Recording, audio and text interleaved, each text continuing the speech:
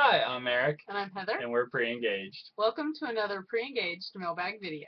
Jenny from Santa Cruz asks, I think most people would agree that opposite-sex friendships are okay for single people. But what about the non-single? Is there a point in the context of a romantic relationship, whether pre-engaged, engaged, or married, when it is no longer appropriate to form new friendships with members of the opposite sex, or to maintain old ones in the same way as when you were single? Well, Jenny, it is very important to discuss with each other what each person is comfortable with in opposite sex friendships. One person can have, an understanding of what they think is important and appropriate, and the other person can have a different understanding. So it's extremely important to discuss that as step number one. Definitely. And I think groups are a great compromise. When you're in a relationship, you're generally either going to be out with the person that you're dating or married to, or you're going to be with a group of people. So I think if you try to keep relationships in groups, you're not going to go wrong with that. That's true.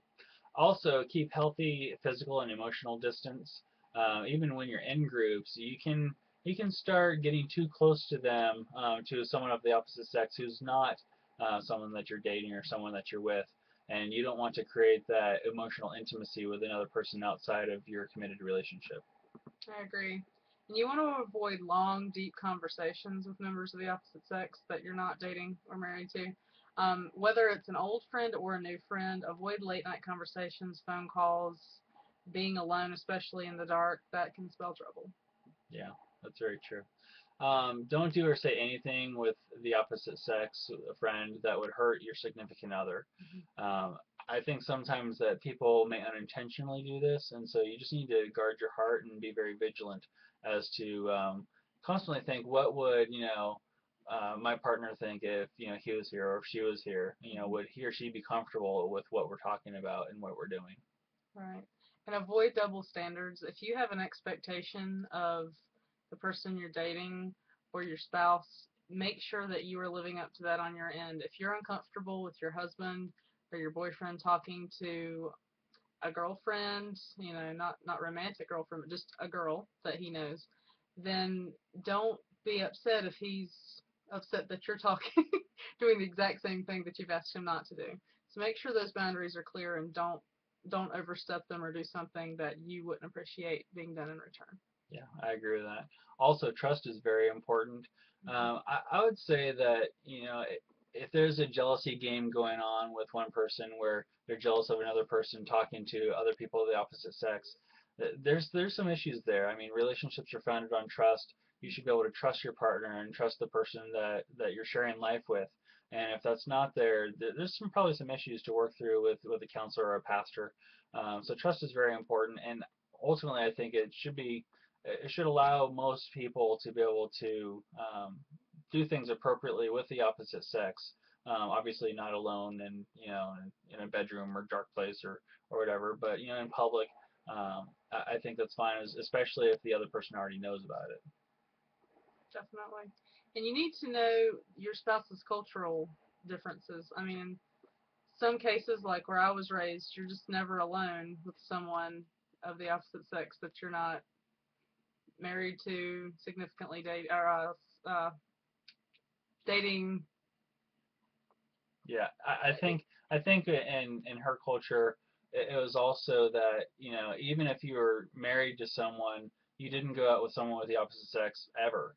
Right. You You weren't just seen didn't with do that. them alone walking around the block. Like either your husband was there or it didn't happen. Right. As where I grew up, it wasn't that big of a deal, assuming that everyone knew what was happening, and that there was just mutual trust there, and it wasn't a big deal.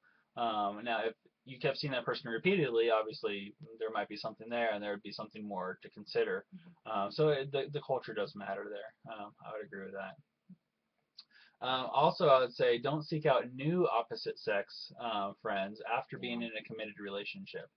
Couple friends are fine. When you seek out a new opposite sex friend after being in a committed relationship, I think the other person can start to have lingering doubts as to what your intentions are with them, because you weren't friends with them before the relationship, and so what are you seeking to gain from that new opposite sex friendship? And it just creates doubts, and I just don't think it's probably healthy to do. So I'd be careful of that. Obviously, that's not the case if it's a couple friends. Like if you Right. are a couple and you make friends with another couple, that's fine, but with the understanding that you're always together with, in a group setting. Right. And I would say lastly, if you have relationships with opposite sex friends that you've had before your relationship, I'd say they need to be tweaked. Some of the ramifications of that need to be different, but not discarded completely. Hmm. So, for example, if I talk to an old friend of mine that's a guy, we've established that I just always let Eric know about it, and he's fine, and the same goes for him. So those friendships, you don't want to just toss them to the side like they never existed, but you do need to change them to reflect your new lifestyle and the commitment that you're in. Yeah, and again, if you were emotionally intimate with that person while you were single, it's not appropriate to continue being emotionally intimate with them after you're with someone else. So yeah, I'd say on that too. So if you'd like to see another pre-engaged mailbag video, please click on our contact form and send us a question. We'd love to hear from you and help you too. Grace be with you.